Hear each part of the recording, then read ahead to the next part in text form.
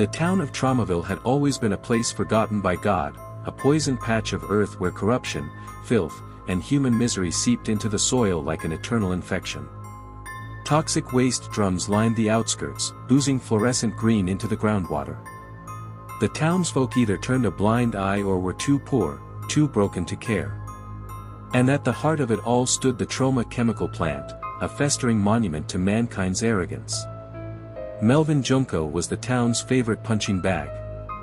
He was a janitor at the plant, a gangly, twitchy, acne-scarred man with thick glasses and a stutter, mocked by his co-workers, ignored by the world. He lived alone in a roach-infested apartment, surviving on canned beans and expired cereal, his only joy being his pet hamster, Nugget. Melvin was harmless, too kind for his own good, but his co-workers, led by the sadistic duo Bozo and Slug, saw him as the perfect victim. That Friday started like any other. Humiliation, laughter, spilled mop buckets, and cruel pranks. But this time, they pushed too far. Bozo, eyes wild with unchecked malice, devised a prank crueler than the rest. They lured Melvin to a secluded hallway near the toxic disposal wing under the guise of a fake emergency, massive sewage leak, they said, giggling behind their hands. They made him dress in a pink tutu, smeared with pig blood, convincing him it was protective gear. Bozo and Slug filmed it all, mocking him, their voices echoing down the concrete corridor. "Come on, piggy. Dance for us." Bozo cackled. "Do it, or you're fired," added Slug, nudging him closer to a broken railing. Melvin, humiliated but desperate to keep his job, complied. He danced nervously, trying to smile through the shame. That's when Bozo shoved him. Melvin screamed. The railing snapped. Time slowed as he plunged 2 stories down, straight into an open vat of glowing, bubbling green sludge. His body hit the toxic waste with a sickening splash. His skin sizzled. Steam hissed violently into the air, accompanied by the most blood-curdling scream the workers had ever heard. The security camera flickered and died. Melvin thrashed violently in the bubbling pit, skin peeling from his bones in sheets, blood mixing with chemicals as his body warped, bubbled, and cracked. Bozo and Slug stood frozen at the edge, horror slowly replacing amusement. "Jesus Christ, we killed him," Slug whispered. But Melvin didn't die. His body convulsed in unnatural ways, bones snapping and reforming, muscles expanding grotesquely. Blisters ballooned and burst. His face split apart, the skin sloughing off, replaced by a mask of melted flesh. Eyes burned white-hot, teeth blackened and sharpened. Then everything went silent. The pit of sludge settled. Bozo and Slug stared down into the ooze, expecting a corpse. Instead, something moved. Something rose. A hulking shape emerged from the vat, dripping green ooze, steam pouring off its monstrous form. Once human features were gone. Replaced with a melted visage twisted into permanent agony. What had been Melvin was now a living nightmare. The thing stood over 7 feet tall, muscles bulging unnaturally, skin pocked with lesions and burns. One arm was bloated and fused with metal scraps. Its eyes glowed like nuclear fire. It let out a low, rumbling growl, part pain, part rage. Bozo screamed and ran. Slug tripped and scrambled after him, the phone still recording, though the lens was cracked and smudged with blood. The creature watched them flee, then turned its malformed head toward its reflection in a broken steel panel. It stared. It saw what it had become. Melvin was gone. What remained was vengeance. That night, the storm came. Lightning split the sky as toxic rain hammered Tromaville, turning the streets into rivers of sludge. People locked their doors as sirens wailed in the distance. A strange smell filled the air, rot and burning plastic. The town seemed to know something was wrong. Bozo hid in his apartment, trying to drown his terror with beer and static-filled television. Slug curled into a ball, whispering prayers. But prayers didn't work in Tromaville. Outside their window, something moved through the shadows, massive, slow, deliberate. It was coming. Back at the plant, a trail of destruction marked its path, twisted metal, shattered glass, and deep claw marks gouged into steel walls. The vat was empty, scorched black, smoking from within. No one could explain what happened to Melvin Junko. Official reports said he fell. The footage was destroyed. But the janitor was declared dead. A memorial was never held. But Tromaville was about to remember him, in blood. The Toxic Avenger had been born. And he was angry. The storm didn't let up. Green lightning cracked across the sky, casting Tromaville in sickly light. Acid rain pelted the pavement, hissing as it struck metal, corroding signs, and peeling paint off walls. The sewers gurgled and overflowed, belching black water into the streets. The town itself seemed to recoil, like a rotting beast sensing something far worse rising from its depths. Inside a rusting trailer on the edge of town, Bozo trembled. He had barricaded the doors with old furniture, sweating as he clutched a baseball bat. The television blared static. Every shadow seemed to twitch. Every gust of wind rattling the corrugated walls made his heart lurch. He knew something had climbed out of that vat. That thing, he saw its eyes. They weren't human. Down the road, a pair of car headlights sliced through the rain. Slug sat behind the wheel, chain-smoking, pupils pinprick wide, body twitching with panic. He hadn't slept. He hadn't eaten. All he could see was Melvin's flesh melting, bubbling, tearing as that scream echoed again and again in his head. He didn't even notice the tall, hunched figure step into the road until it was too late. Thump. The windshield exploded into green sludge and gore. Slug screamed, swerving off the road and crashing into a ditch. Steam hissed from the engine. The air filled with the stench of burned oil and something far worse, rot. He stumbled out, limping, covered in broken glass and blood. Rain poured over him in toxic sheets. He turned slowly, flashlight flickering in his shaking hand. Behind him, standing in the green mist, was the thing. Its skin was an abomination, like raw meat fused with chemical burns. Muscles pulsed under tumors. One eye was missing, in its place, a glowing orb pulsed like a reactor. Slug raised the flashlight. The Toxic Avenger reached out and crushed it. Slug tried to run, screaming into the storm, but the thing was faster. Its deformed arm shot forward, a meaty thud followed by a snap as it grabbed him by the spine and lifted him clean off the ground. Please. Melvin, Slug whimpered. The monster's voice rumbled like a dying furnace. Melvin is dead. And then came the crack. A horrifying, wet, unnatural twist. Slug's limp body was hurled into a drainage canal, limbs bent the wrong way, neck snapped like a twig. The rain washed his blood into the sewers. The Toxic Avenger stood still. Silent. Then he turned, and walked toward Tromaville. Bozo jolted awake on the stained couch, bat in hand, sweat dripping from his hair. The TV flickered, static again. He looked around. Something was off. The lights were dead. The room was colder. The storm outside was louder, closer. He crept toward the window, pulled the blinds aside, and screamed. The Toxic Avenger was standing outside the trailer. Motionless. Waiting. Bozo bolted to the back door, fumbling with the lock. But as he reached for it, a massive green fist smashed through the front wall like it was paper. Splinters and nails erupted in all directions. Bozo ducked, screaming, swinging his bat wildly. He hit something. It didn't matter. A giant hand gripped him by the throat and dragged him through the wall, into the rain. Lightning flashed. Neighbors peeked through curtains, just in time to see Bozo lifted above the creature's head. I didn't mean it. Bozo shrieked. We were just messing around. You made me a monster, the thing growled. No, no. With one brutal heave, the Toxic Avenger slammed Bozo's body down onto a spiked metal fence post.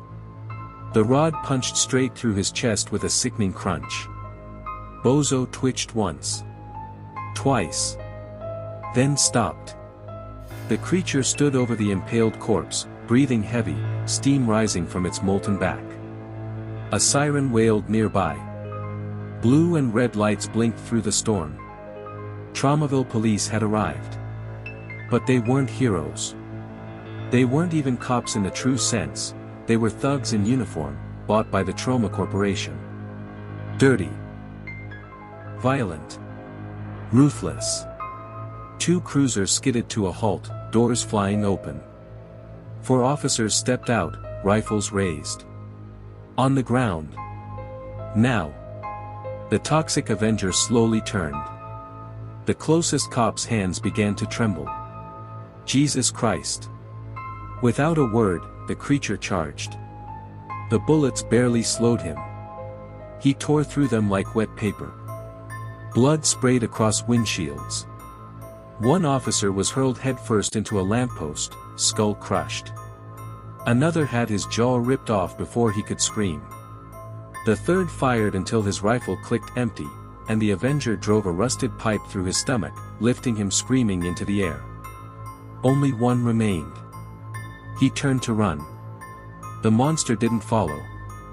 He threw the decapitated head of his partner after him. It hit the fleeing man square in the back. He fell, screaming. The Toxic Avenger walked back into the shadows. By morning, Tromaville buzzed with whispers. Bozo was found impaled on his own fence. They say something ripped 4 cops apart last night. Some kind of creature, or a demon. But those who remembered Melvin Junko looked away in shame.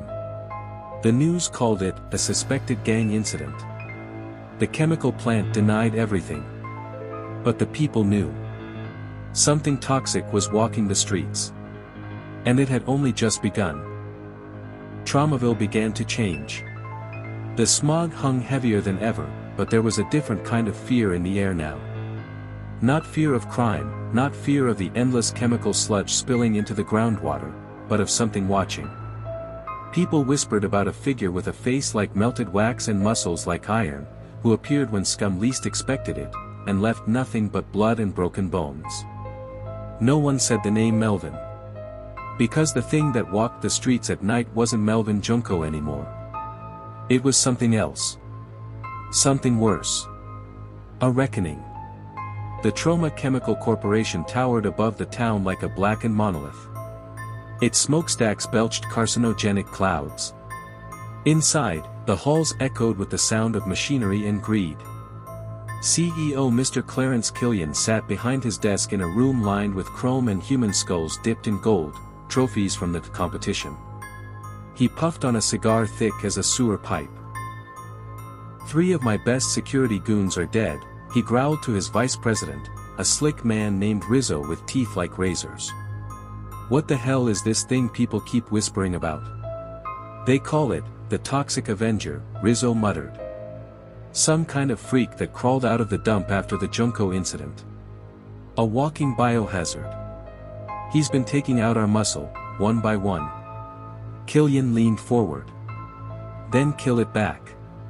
Rizzo hesitated. That's the problem. No one who's tried has lived. The CEO stood, pacing. We buried that nerd in nuclear sludge. He should have dissolved like a sponge. But no, he comes back looking like a goddamn monster movie reject and starts tearing out spines. I want that freak gone. Bring me the cleaners. Rizzo nodded. Right away, sir. Outside, storm clouds loomed again. Across town, Father Cullen sat in his church alone, the wooden pews rotting, the stained glass cracked. Tromaville's last holy place had long since fallen into despair, but Cullen remained. He lit a candle and whispered a prayer, not for his soul, but for the creature he'd seen limping past the altar days ago, oozing pus and blood, his body steaming, his eyes, still human. It had stood in front of the crucifix and simply said, "Why didn't he save me?" Father Cullen hadn't known what to say. But he had seen the pain behind the deformity. The horror buried inside the flesh. And he feared what that pain would become. He feared the wrath it would unleash. That night, Tromaville's worst came out. A back-alley operation run by the infamous Gutman brothers, Clarence and Clyde, smuggled irradiated waste from the Troma plant and dumped it behind schools and hospitals for a fee. Their warehouse smelled of ammonia, urine, and despair. Inside, 3 half-dead men stirred barrels of glowing liquid with sticks. Suddenly, silence. Then a boom. The steel door flew off its hinges. A figure emerged through the dust. Taller than any man. Its body bulging with tumors, muscle warped and scarred. Its face melted to a hideous sneer. Its left arm pulsated with sick green veins. In its right hand, it carried a mop, blackened and dripping with gore. Clyde reached for a shotgun, too slow. The mop struck his legs, shattering bones. He screamed as he collapsed. Clarence charged with a crowbar. The Toxic Avenger caught it mid-swing, crushed it in his fist like tin foil, then slammed Clarence's head into the barrel of sludge. The man's face bubbled, dissolved, and fell off in chunks as he shrieked and drowned in his own chemicals. The workers tried to run. One slipped on the slick, bubbling floor and cracked his skull. Another was grabbed by the jaw and ripped in half. The third dropped to his knees, sobbing. "Please. I didn't choose this job. I didn't want." The Toxic Avenger leaned close, his skin hissing with every breath. "You stirred poison, while children died. No more mercy." He picked up the man and hurled him into a wall of steel drums. The barrels collapsed. Toxic waste cascaded over the screaming man's body, melting him into the floor. The warehouse burned behind him as the Toxic Avenger walked away. By morning, the news couldn't hide it anymore. Warehouse fire claims lives, evidence of vigilante involvement. The police chief refused to comment. The mayor, long on Troma Corp's payroll, issued a brief statement: "We do not condone street justice. This creature will be dealt with." But everyone knew. This wasn't about justice. It was punishment. The town had created something unholy, a monster born of corruption, forged in pain, and fueled by betrayal. And it wasn't stopping. Back in the Troma building, Killian watched the news feed, veins bulging in his forehead. "This is war," he spat. Rizzo returned with 3 men, tall, faceless, clad in biohazard armor. "The cleaners," he announced. "They've dealt with freaks like this before. Mutants. Experiments gone wrong. They specialize in exterminating abominations." Killian grinned. "Then unleash them." Rizzo nodded. "Tonight. The old dump. We've tracked the thing's movement patterns. That's where it nests." "Good," Killian said. "Let's put this radioactive freak in the ground for good." At the edge of town, beneath a collapsed overpass where wild vines grew over rusted cars and old drums leaked poison into the soil, the Toxic Avenger knelt in the filth. His reflection rippled in a pool of toxic waste. Not Melvin. Never again. Just vengeance. He grunted in pain as a tumor split and bled. His body was breaking down, too unstable to hold forever. But before he died, he would cleanse Tromaville. One sinner at a time. Night in Tromaville was no longer just darkness, it was dread. The streets were nearly silent, residents locked behind rusting doors and duct-taped windows, afraid to look out. The only light came from flickering neon signs and the endless orange glow of toxic fires that never seemed to die. Beneath it all, something monstrous stirred in the dump, a thing of pain, vengeance, and rot. But tonight, others moved through the filth. 3 of them. Clad head to toe in carbon-black biohazard armor, masks sealed with humming respirators, goggles glowing faintly red. They moved with precision, leaving no tracks. Each carried an experimental weapon, plasma torches, cryoblades, electric scalpels, tools made not for defense but eradication. They were called the Cleaners. They had purged Chernobyl's mutants. They had torched plague vaults in secret bunkers across Africa. They didn't ask questions. They didn't leave survivors. They were killers of the unacceptable. They reached the toxic dump by 1 a.m. Target's heat signature is erratic, said Cleaner 1. Radiation spike at grid 6C. We move in. The dump was a graveyard of America's sins. Twisted playground equipment, half-melted shopping carts, dismembered mannequins, mutated rats the size of dogs. The sludge beneath their boots oozed and hissed. From the darkness, eyes watched. Eyes that once belonged to a human named Melvin. But now they glowed with nuclear hate. The Cleaners fanned out. Their HUDs blinked with data, elevated radiation, unknown lifeforms, organic decay. Cleaner 2 stepped near a mound of barrels. Motion behind me. Confirmed. He turned, too late. A mop pierced his chest like a javelin, sending sparks and blood spewing into the night. His armor sizzled as he convulsed, falling backward into a pit of ooze. His last breath was a strangled gurgle as his faceplate cracked, acid smoke pouring into his mask. Cleaner 3 activated his cryoblade, a swirling vortex of sub-zero plasma. Visual on target, he shouted. But the Toxic Avenger moved like a thing possessed. He burst from the shadows, a mass of swollen, cancerous muscle, his flesh crawling with green sores and glistening pustules. He slammed into Cleaner 3 with the force of a freight train, knocking him through a heap of refrigerator doors and crushed TVs. The cryoblade skittered away. Then came the sound. A scream that wasn't human. Cleaner 3's arm had been torn from the socket, used to beat him senseless before being shoved, bone first, through his own throat. Blood sprayed over the dump like paint. Cleaner 1 activated the emergency beacon. Red lights flared. Drones flew in from above, scanning and mapping the area, thermal feeds displaying grotesque readings. Something pulsing. Something hungry. But there was no time. From the oily black fog, the Toxic Avenger emerged, breathing like a diseased furnace, each exhale bubbling. Cleaner 1 shouted, "You are in violation of biochemical protocol. Stand down or be terminated." The Toxic Avenger only raised his mop. It was wrapped in barbed wire now. Soaked in blood. Then he spoke, his voice low, rotted, barely human. "You're cleaning the wrong mess." They fought. Steel clanged. Acid splashed. The ground shook. Cleaner 1 blasted his plasma torch, igniting a firestorm that seared away the nearby trash.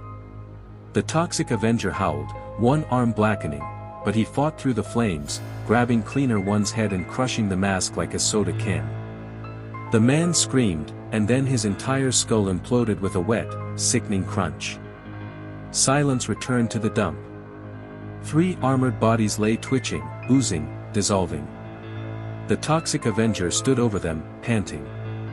His wounds leaked neon green bile. A piece of rebar jutted from his leg, but he didn't flinch. Instead, he lifted his mop, more weapon than tool now, and slung it over his shoulder. "You don't get to cleanse what you made," he muttered. Lightning cracked above. Thunder rolled like judgment. Back at Troma HQ, panic set in. Rizzo stared at the incoming drone feed. All 3 cleaners were down. No response. No movement. Just biosignature death. Killian slammed his fist on the table. Those were the best. What the hell is this thing?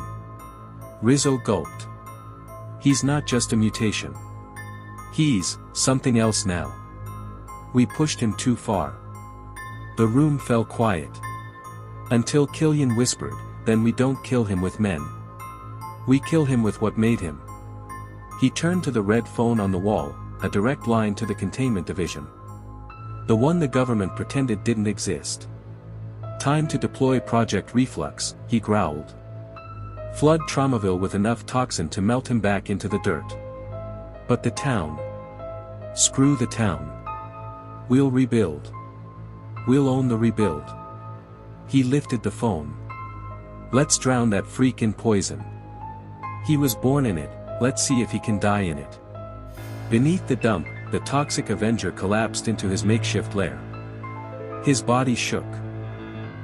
His veins surged with unstable chemicals. His memories of Melvin flickered like broken film reels, bullies laughing, acid burning, bones breaking. Then, monsters. Pain. Rage. He saw flashes of Sarah's face, the blind girl who had once touched his ruined skin and didn't flinch. But even she had fled in terror now. He was alone.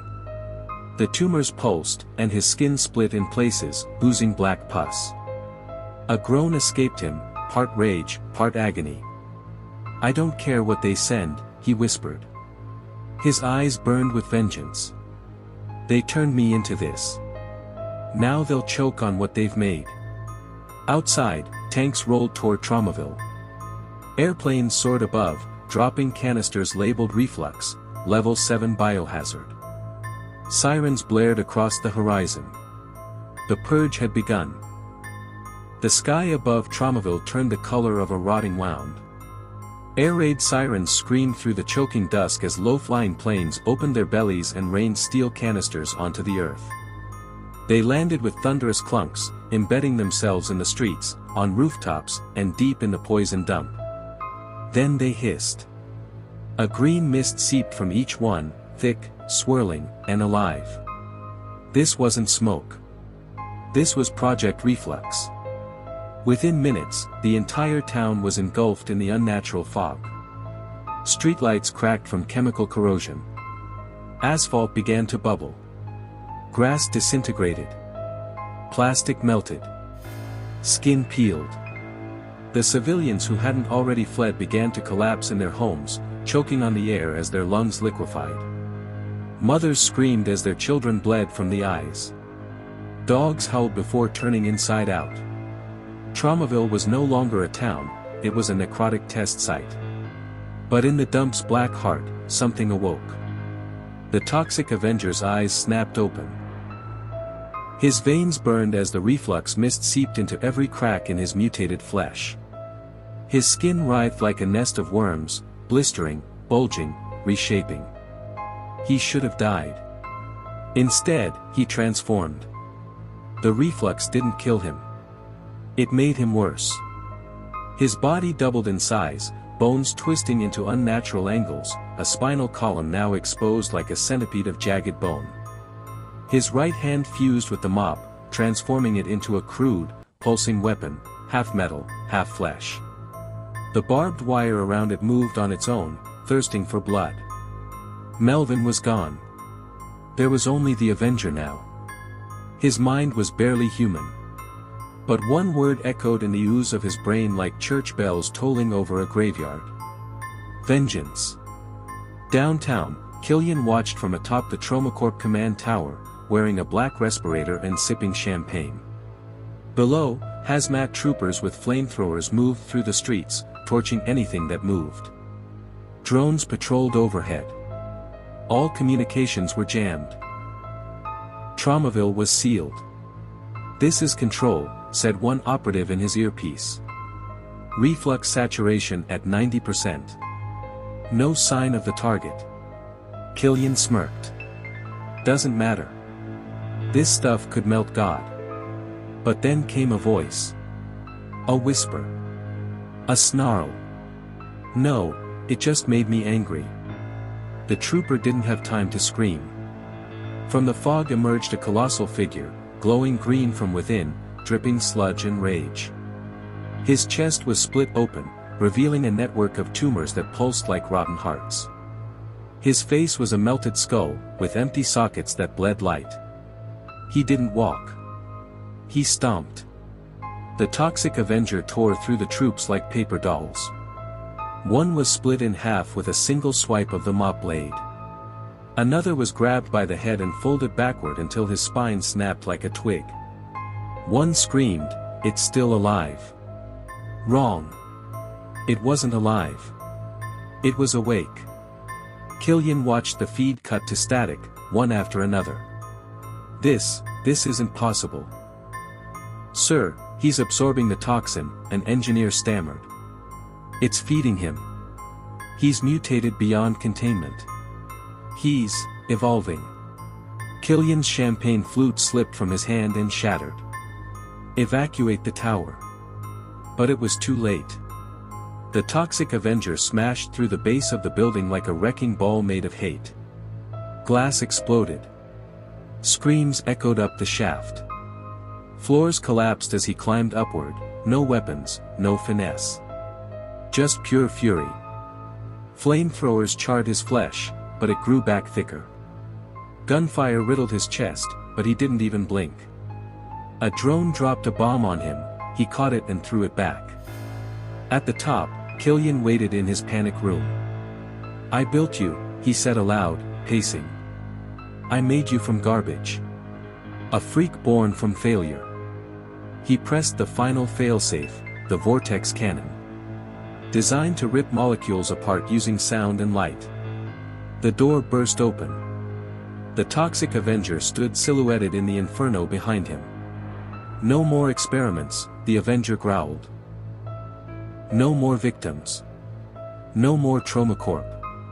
Killian aimed the cannon. "Then die knowing you're a monster." He fired. A blinding blast of pure sound and ultraviolet fury surged forward. And was absorbed. The Toxic Avenger stepped through it like it was mist. Killian dropped the cannon. "No." The Avenger grabbed him by the throat and lifted him high. "You poisoned the world," he whispered. "Now drink your own poison." He shoved Killian's face into a vat of reflux concentrate. Killian screamed, once. Then he was gone. Melted. Unmade. Nothing left but bubbles and bones. The tower exploded behind the Avenger as he walked away, flames trailing in his footsteps. The fog of reflux still filled the air, but now it followed him, as if the chemical itself recognized its king. He had no plan. No direction. Only instinct. And rage. The Toxic Avenger had become something more than man or monster. He was toxic justice.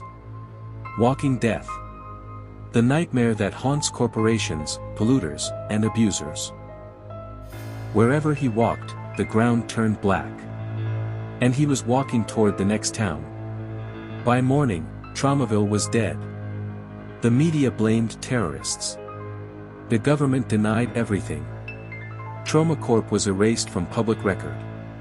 But survivors whispered of what they saw, what walked through fire and ruin. And some heard a voice, deep in the fog. "They made me from filth. Now I'll return the favor." The next town over was called Garden Hollow, a name that once meant quiet lawns, polished fences, and PTA bake sales. Now it meant barricades, riot vans, and curfews. Ever since Tromaville went dark, fear spread like cancer, and Garden Hollow prepared for war. But you can't fight what's already inside the air. The reflux fog slithered in through sewer drains, air vents, and broken windows. The town awoke to screaming pets, dying trees, and the sickly stench of chemical breath. At 3:33 a.m., the church bell tolled itself. By dawn, the first body was found, a priest, crucified upside down on the steeple, his face bloated and green. Painted in bile across the church doors were the words, "You prayed while they poisoned us."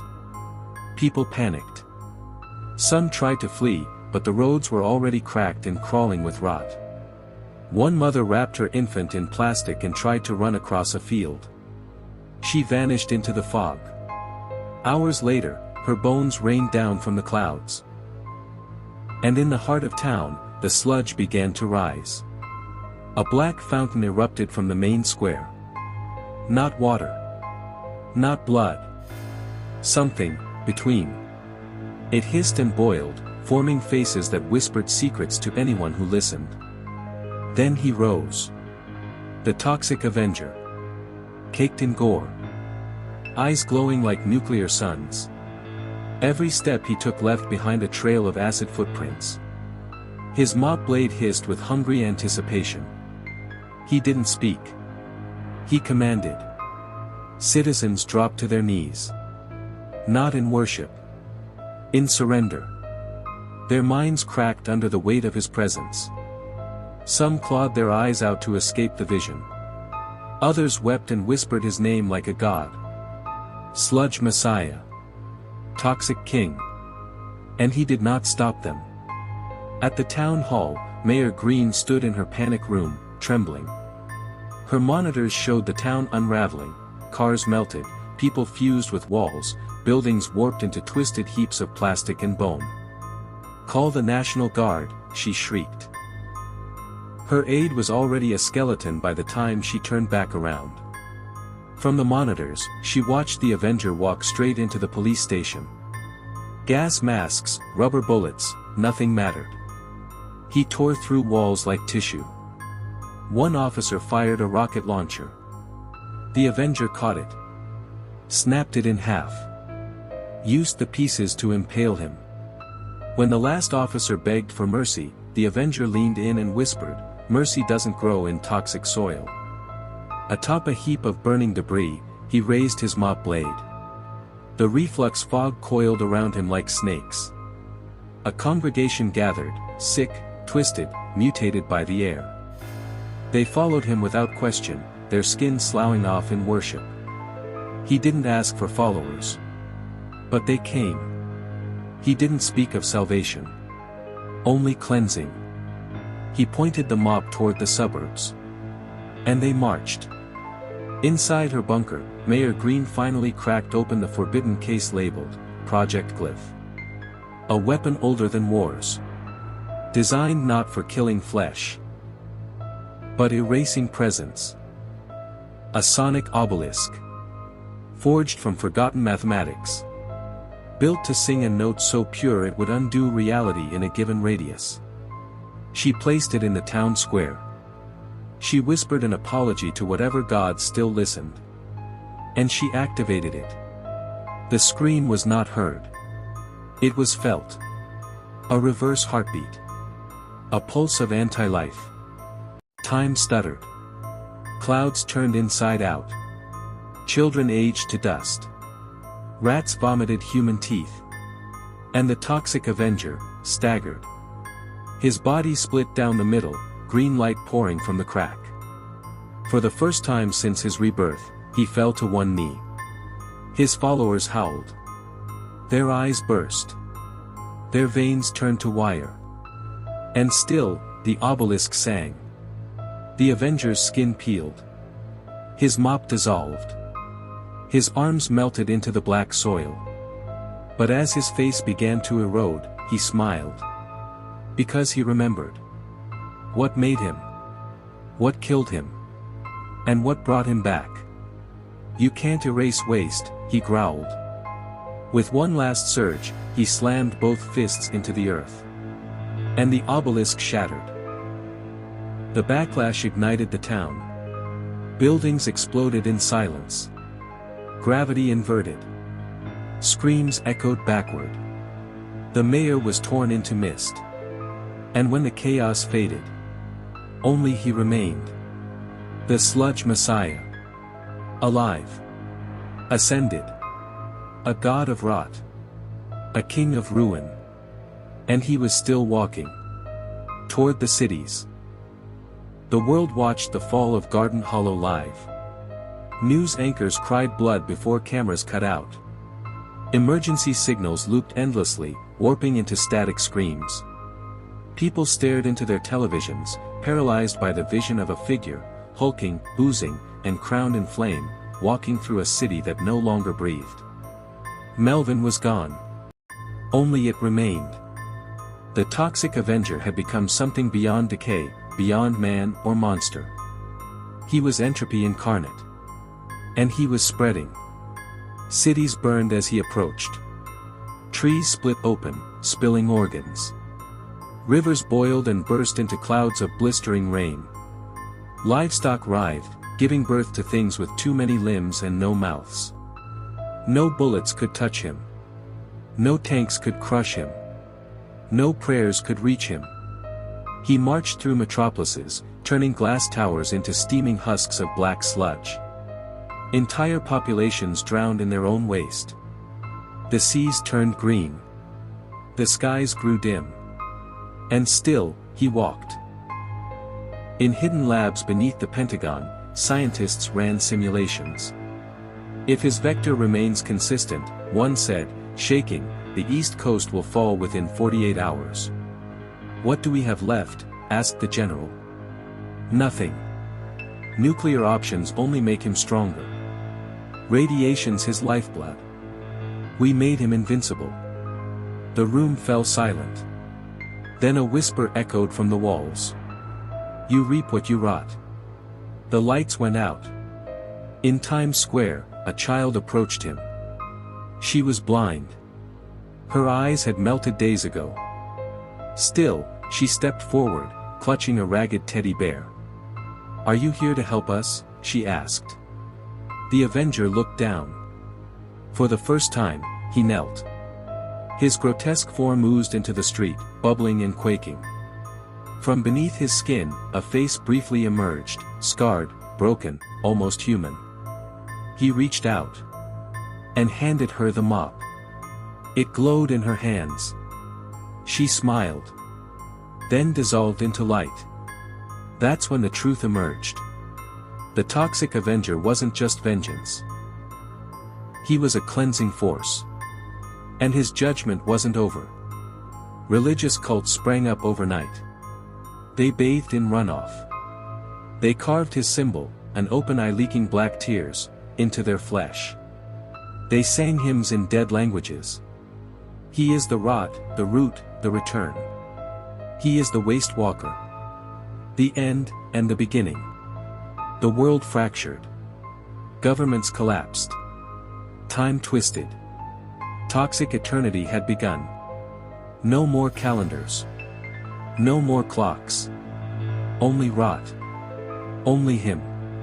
The last footage ever captured showed him standing alone on a mountaintop of bones, staring into a sky that had forgotten stars. And in a voice that shook the universe itself, he said, "The world was never clean. Only hidden. I just revealed its true form." Then he vanished into the haze. And the world followed. The end.